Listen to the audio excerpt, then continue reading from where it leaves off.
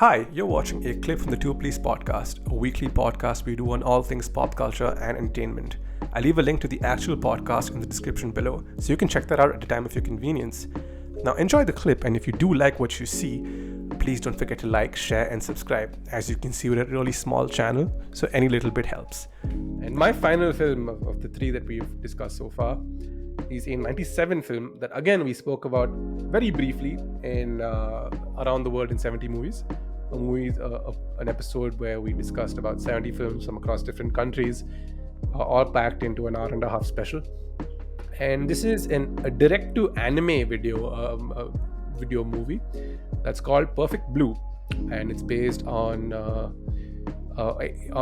novel by Yoshikazu Takeuchi and directed by Satoshi Kon, who was one of the pioneers in anime cinema.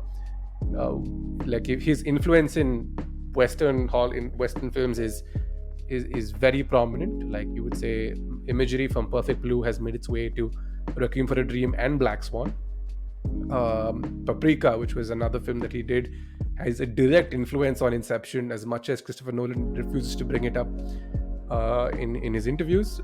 Like Paprika has the seeds from which Inception was incepted. Perfect Blue tells the story of a pop star, a pop idol named Mima, who is quitting her little girl band and deciding to pursue a career as a serious actress.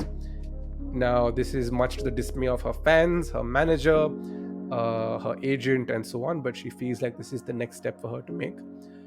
And there's a stalker who proceeds to stalk her around the city, and it soon starts to blur as she's working on a television show. She's working as a small-time role, and soon the lines between reality and fiction begin to blur. Now, the book is very straightforward. The book is a story of pop star idol and stalker, and things go awry. But when Satoshi Kon went to the author, the author said, as long as you keep the pop star idol and angle in there, you keep both of those characters in there, do what you want with the film. Perfect Blue is single-handedly one of the most intense and yet one of the most creepiest movies you'll ever see, and it's an anime. Because at points you really start to question what's happening, because in just how much Mima gives herself away in order to achieve success. There's a whole sequence where she plays a girl that is getting sexually molested in a club, and they keep reshooting the scene over and over again, and it's very hard to watch, especially when her agent and her manager are in the room, and you can kind of see her losing her humanity a little bit by bit, in a bit to chase mainstream success, and she really has to wade through a figurative river of shit to get to what she wants. And meanwhile, she also has to deal with her stalker, who's basically killing everyone around her and sending her very threatening messages on her chat room, which is called Mima's room.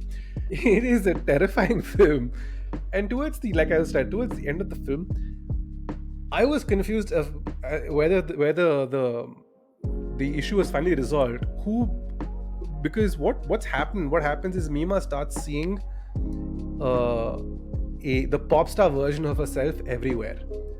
Like as she starts to, like, the lines between fiction and reality start to blur, she starts seeing a version of herself that keeps asking her to go back to the pop star life. I think she's part of a 3-piece girl band called Cham, and she refuses because she's like trying to fight it away, and she feels like that presence becoming more sinister and more sinister.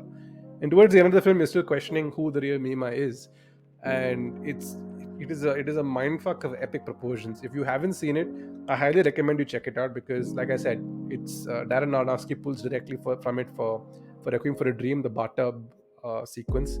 Black Swan is also pulls directly a lot of influence from it, given how Natalie Portman's character's world between, like, worlds of reality and fiction start to blur together as well. So a very influential, really nice film. If you haven't checked it out, I highly recommend that you do. Such a good movie.